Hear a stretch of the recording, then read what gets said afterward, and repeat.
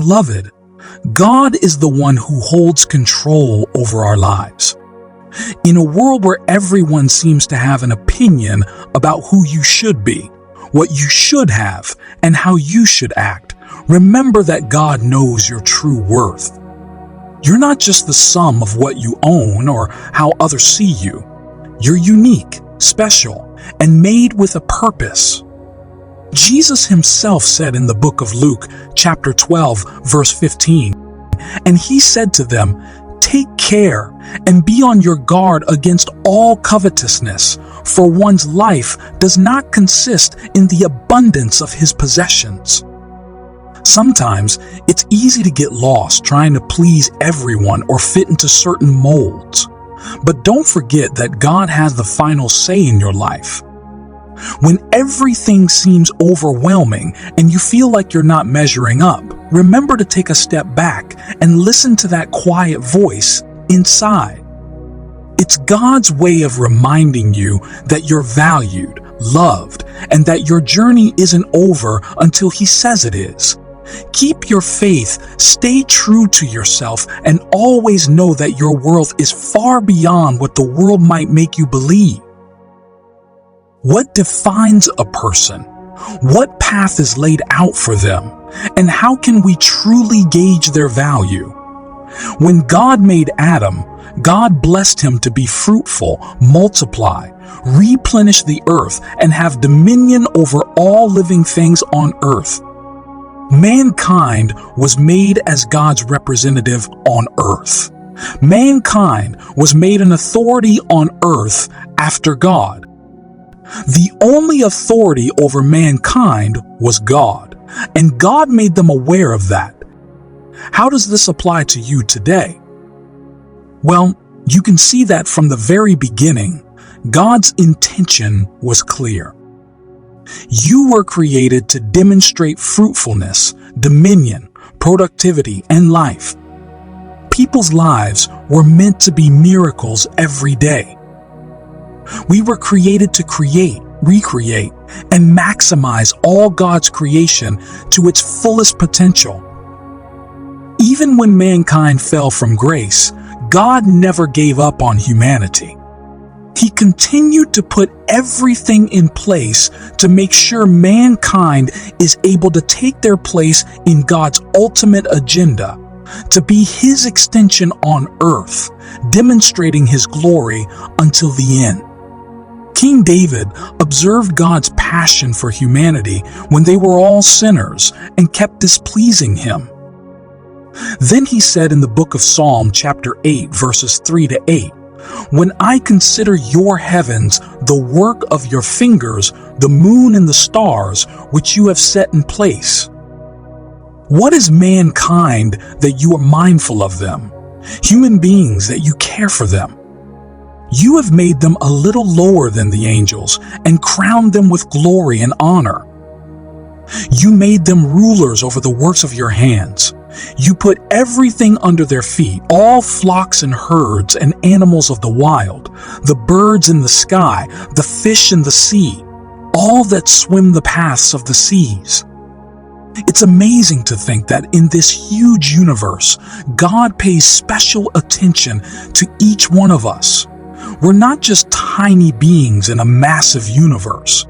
The Bible says that God made us just a little lower than the angels and has crowned us with glory and honor.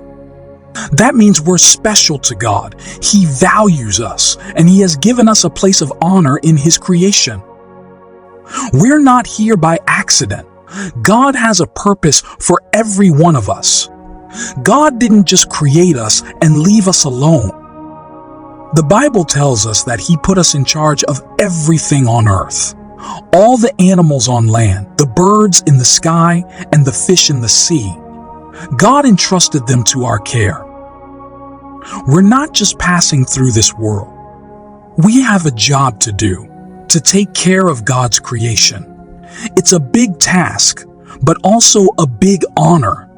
God believes in us and is always with us.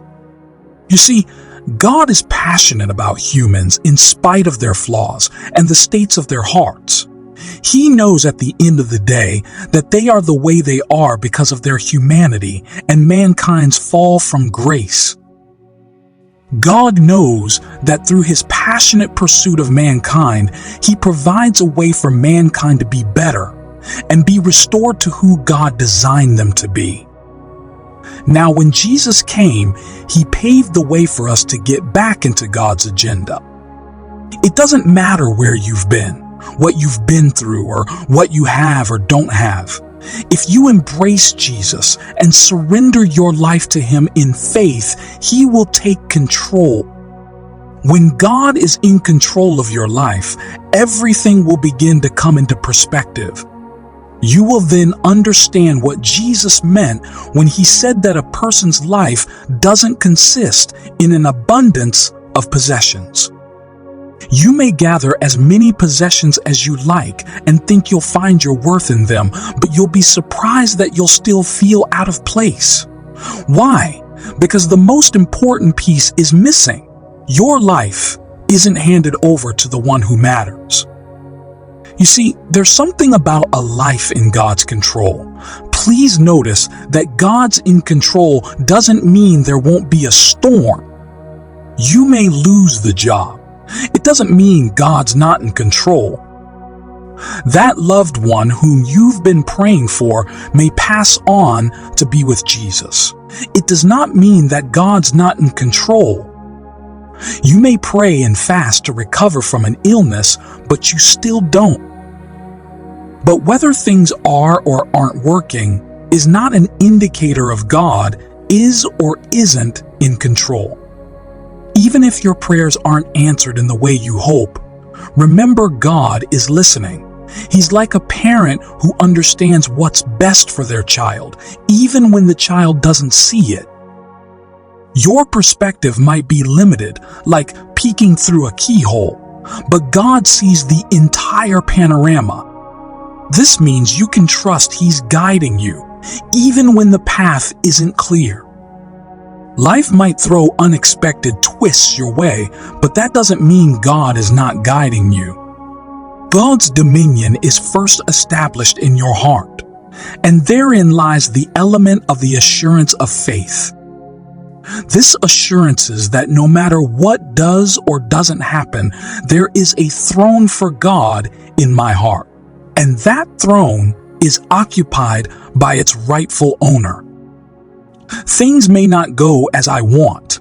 Things may not be as I want right now, but with Him, I know we're headed somewhere good. Do you realize that many children of God have more confidence in their pilot or driver than in God? They sleep on the plane or stare at their phone in the car, but they trust that they'll get to their destination.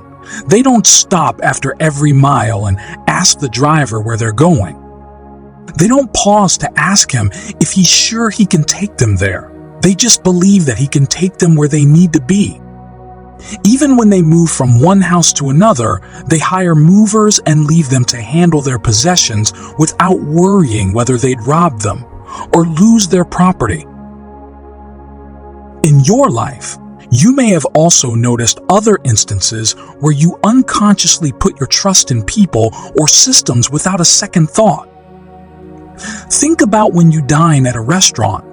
You trust the chef and the staff.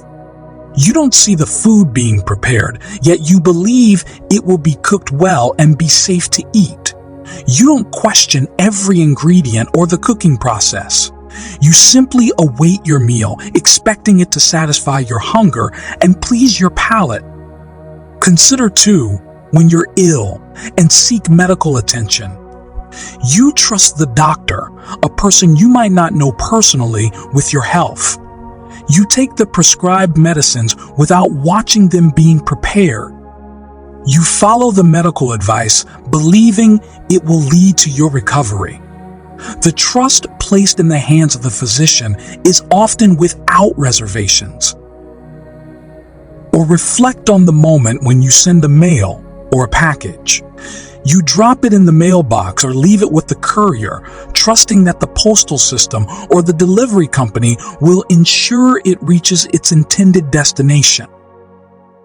Your parcel, often containing important documents or sentimental items, is entrusted to a process and people you don't see, yet believe will accomplish the task. And what about the digital world? Every time you make an online purchase, you input your credit card information, trusting the virtual store's security protocols.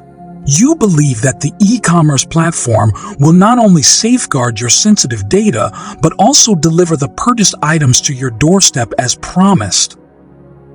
Each of these instances shows the profound level of trust we often place in others, without question. We all demonstrate different kinds of faith every day in different engagements. However, when it comes to God, we want to see where He's taking us and how we'll get there. The fear of failure keeps many of us from waiting faithfully to see God act in our lives. The reminder that God's in control is more than an assurance to keep you going. It's a reminder to stay within the borders of His leadership. Follow Him and not yourself. Now, you may be listening to this message and think, but I haven't reached my full potential yet. Everything I tried has yet to pay off. My efforts keep meeting a brick wall. I thought that by now I'd be married, I'd have kids, I'd have my own home or my own company. You may feel like your time has passed. You may feel like it's all over. The devil may tell you that you're not enough or it's over for you, because according to your understanding, you may never have the opportunity again. But remember what I said earlier. You were created to be something. God's represents on earth, fruitful and increasing. You can put expectations on yourself. People may put expectations on you, but only one expectation matters, and every other expectation must be under it. It's the agenda and expectation of God for you. When you're safe within the boundary of God's agenda for you, you can safely say that He's in control of your life. At that point, no matter what happens to you, you have a strong confidence and assurance that it'll turn out well. The book of Romans, chapter 8, verse 18, boldly affirms this by saying, "I consider that our present sufferings are not worth comparing with the glory that will be revealed in us." This means that the troubles or hard times you're going through right now are temporary, and they're small compared to the good things that will come later. Brighter times are coming, and they'll make all the tough stuff seem small in comparison. What you're facing today is not a representation of your destination. It's a turn in the road, a bump, a phase. It isn't the end. One day you're going to look back and testify to God's faithfulness. Where you are right now is the least place you can be. It may not be as flashy as you dreamt it would be. It may not unfold as you envisioned or as God has spoken. However, ensure you remain within the boundaries of His dominion. How can you achieve this? Through faith and a relationship with Him. That is where you'll find safety, peace, and rest. It doesn't necessarily mean the absence of trouble and chaos, but rather it signifies the presence of peace amidst the chaos. In the midst of it all, there will be moments of both hope and hopelessness, yet a quietness can be found in the middle of the storm.